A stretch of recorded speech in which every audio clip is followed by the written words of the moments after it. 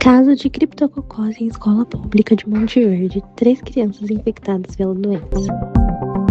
Urgente. 3 crianças foram diagnosticadas com criptococose em escola pública. A contaminação teria acontecido quando as crianças brincavam na quadra e ao lado havia uma reforma. Os trabalhadores retiravam entulhos onde havia fezes secas de pássaros. Ao movimentar os materiais, resíduos foram dispersos no ar e as crianças acabaram inalando. Os trabalhadores não foram contaminados porque estavam equipados com EPI. Máscaras, luvas e óculos de proteção fizeram a diferença. As 3 crianças começaram a apresentar sintomas como dor de cabeça e febre. Após exames, foi confirmado o diagnóstico de criptococose. As crianças estão recebendo acompanhamento médico e seguem em recuperação. Equipes da vigilância sanitária estiveram na escola para avaliar o local e determinadas medidas de prevenção. Criptococose, tudo o que você precisa saber. A descoberta. A criptococose foi descrita pela primeira vez em 1894 pelo médico italiano Vincenzo Sanfelice, ao estudar casos de meningite fúngica. O que é criptococose? A criptococose é uma infecção causada pelo fungo Cryptococcus, que pode afetar principalmente os pulmões e o sistema nervoso central. Aonde ele é encontrado. O fungo vive no solo, especialmente em locais com fezes de pombos, árvores, materiais orgânicos em decomposição. Agente transmissor. O agente causador é o fungo escapsulado no gênero Cryptococcus, sendo as espécies mais comuns.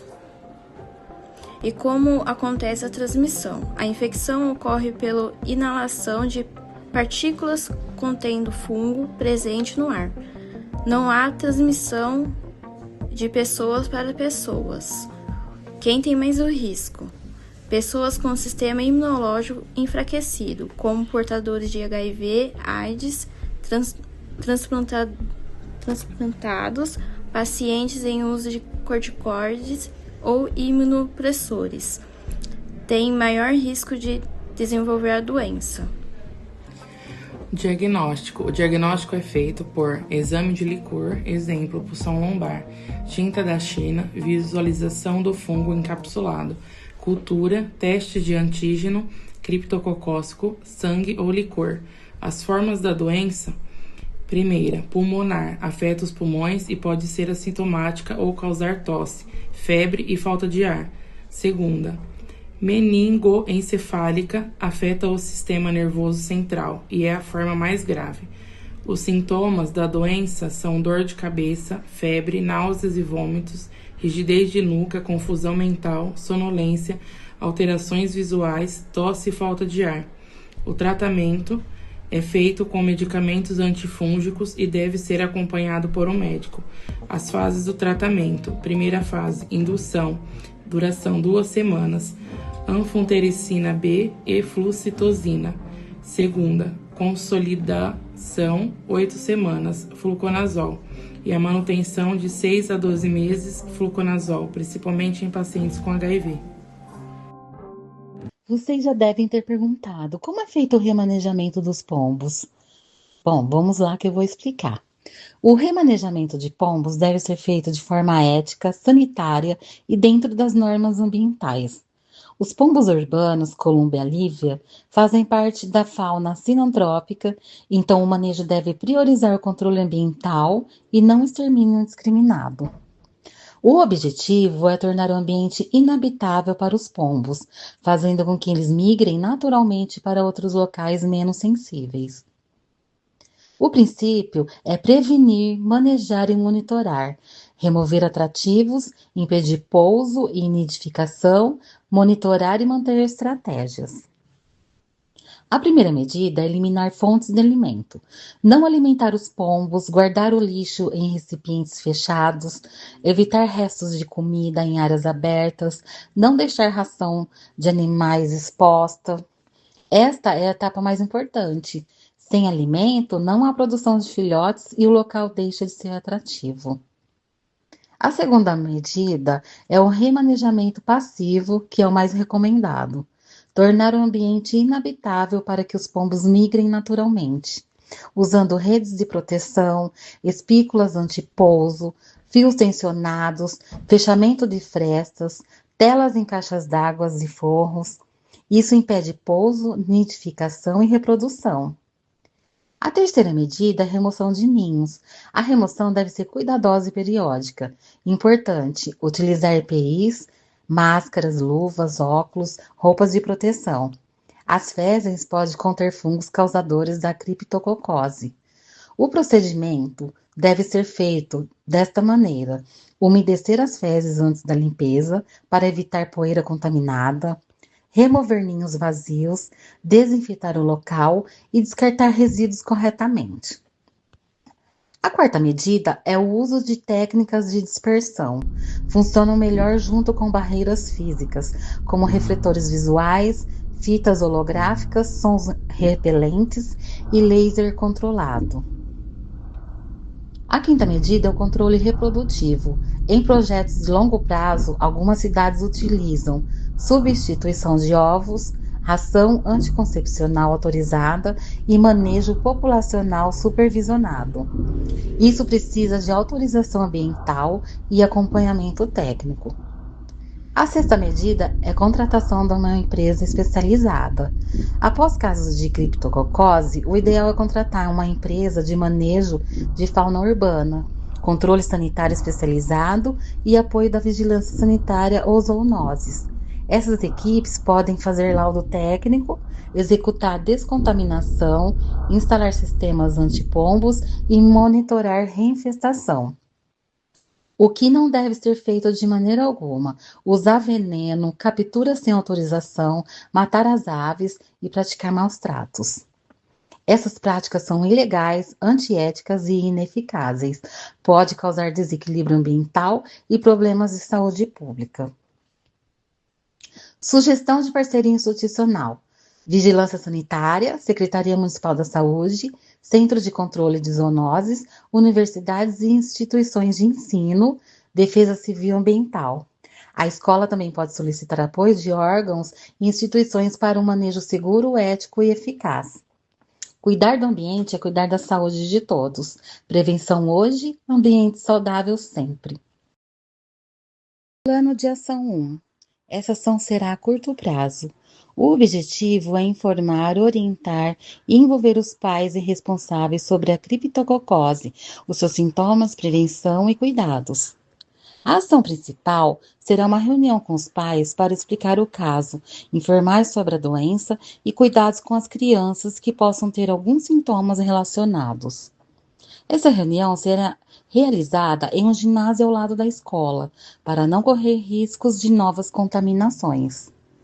Será feita uma divulgação prévia, enviando comunicados e convites com antecedência pelos alunos, grupos de mensagens e redes sociais da escola. O conteúdo da reunião será o que é a criptococose, formas de transmissão, sintomas de alerta, prevenção e cuidados, esclarecimento de dúvidas. A equipe envolvida terá a participação de profissionais da saúde, como médicos, enfermeiros e agentes de saúde, para orientações e apoio às famílias. Os materiais de apoio serão distribuição de folhetos informativos com linguagem simples e contatos da unidade de saúde. Também será feito um acompanhamento, disponibilizando o canal de atendimento para dúvidas e orientação contínua após a reunião. Juntos somos mais fortes na prevenção. Informar é o primeiro passo para proteger nossas crianças e nossa comunidade. Plano de ação 2. Esse plano será executado em médio prazo. A escola será fechada por 2 semanas para a conclusão da obra, seguindo com a limpeza e controle com a vigilância sanitária. O objetivo é reduzir o risco de contaminação por criptococos, promovendo a limpeza, o controle ambiental e a adequação estrutural da escola, com acompanhamento da vigilância sanitária. A primeira medida a ser tomada será a limpeza e descontaminação. A limpeza profissional profunda de todas as áreas da escola, remoção segura de fezes de pombos e materiais contaminados, desinfecção com produtos adequados para a eliminação de fungos, limpeza de telhados, calhas, forros, janelas e áreas externas. A segunda medida será o controle ambiental e estrutural. A instalação de telas e barreiras físicas em janelas, beirais, telhados e aberturas para impedir a entrada e permanência dos pombos. Será feita a vedação de frestas, buracos e locais que permitam o acesso de aves. Também será feita uma implementação de dispositivos afugentadores humanos e seguros. Manutenção periódica para evitar o acúmulo de sujeira e fezes. A terceira medida será uma inspeção e acompanhamento. Será feito o acompanhamento técnico da vigilância sanitária durante e após a limpeza. Inspeções para garantir que todas as medidas foram executadas corretamente, emissão de laudo de liberação para o retorno às aulas e monitoramento contínuo para a prevenção de novas contaminações. A quarta medida será a educação e conscientização, orientação para funcionários, alunos, famílias sobre a prevenção. Serão feitas campanhas educativas após o retorno às aulas. Incentivo a comunicação de locais com presença de pombos. A quinta medida será a parceria e responsabilidades. Será feita parceria entre escola, vigilância sanitária, Secretaria de Saúde e Prefeitura. Será feita uma definição clara de responsabilidades e prazos para a manutenção das ações. Transparência e comunicação constante com a comunidade escolar. A sexta e última medida será o retorno seguro. Retorno às aulas somente após a conclusão da limpeza e adequações e liberação oficial. Ambiente seguro para alunos, professores e funcionários. O resultado esperado será um ambiente escolar limpo, seguro e protegido contra fatores de risco para a criptococose, garantindo a saúde de toda a comunidade. Plano de Ação 3. Este plano será executado em longo prazo. O objetivo é manter ações educativas e o controle de pombos de forma contínua, criando um ambiente escolar seguro, saudável e livre de riscos. A primeira medida será a educação e saúde nas escolas. Esse tema será trabalhado com as crianças através de rodas de conversa, palestras e dinâmicas com linguagem simples e adequada à idade sobre criptococose, seus riscos e prevenção. Serão feitas atividades lúdicas e educativas como jogos, teatros, músicas, vídeos e desenhos para ensinar de forma divertida sobre saúde, higiene, cuidados e prevenção. Serão feitos projetos e campanhas escolares com semanas temáticas e concursos de cartazes, poesias e vídeos sobre prevenção e cuidados com o ambiente. Terá participação ativa dos alunos como formar grupos de guardiões da saúde responsáveis por divulgar informações e incentivar boas práticas entre os colegas. Terão dicas para o dia a dia, como incentivar boas práticas em casa e na escola.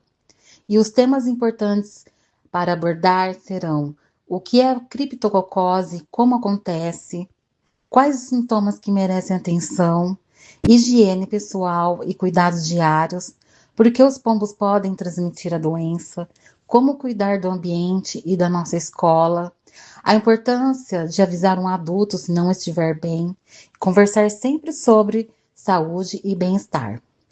A segunda medida será o controle de pombos no local, que será uma ação contínua, manter o ambiente escolar protegido de forma ética e sustentável. As ações permanentes são o monitoramento da população de pombos, acompanhando periodicamente a presença de pombos nas áreas da escola e registrar pontos de maior concentração. Barreiras físicas permanentes, como manter telas e vedação em locais estratégicos para impedir o acesso e o pouso dos pombos. Evitar fonte de alimentação. Orientar para não deixar restos de alimentos expostos e manter sempre lixeiras fechadas. Métodos éticos e sustentáveis. Utilizar métodos seguros e não agressivos para o afastamento dos pombos, sempre respeitando o bem-estar animal e a legislação vigente.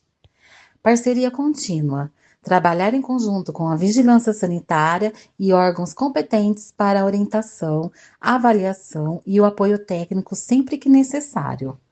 Observar sinais e sintomas e comunicar aos responsáveis. Cuidar do ambiente é cuidar de todos. Quais são os benefícios das ações a longo prazo? Redução do risco de contaminação e de doenças, ambiente escolar mais seguro, limpo e acolhedor, conscientização e mudança de hábitos em toda a comunidade escolar, formação de cidadãos mais responsáveis e cuidadosos com a saúde e o meio ambiente, proteção contínua da saúde das crianças, funcionários e famílias.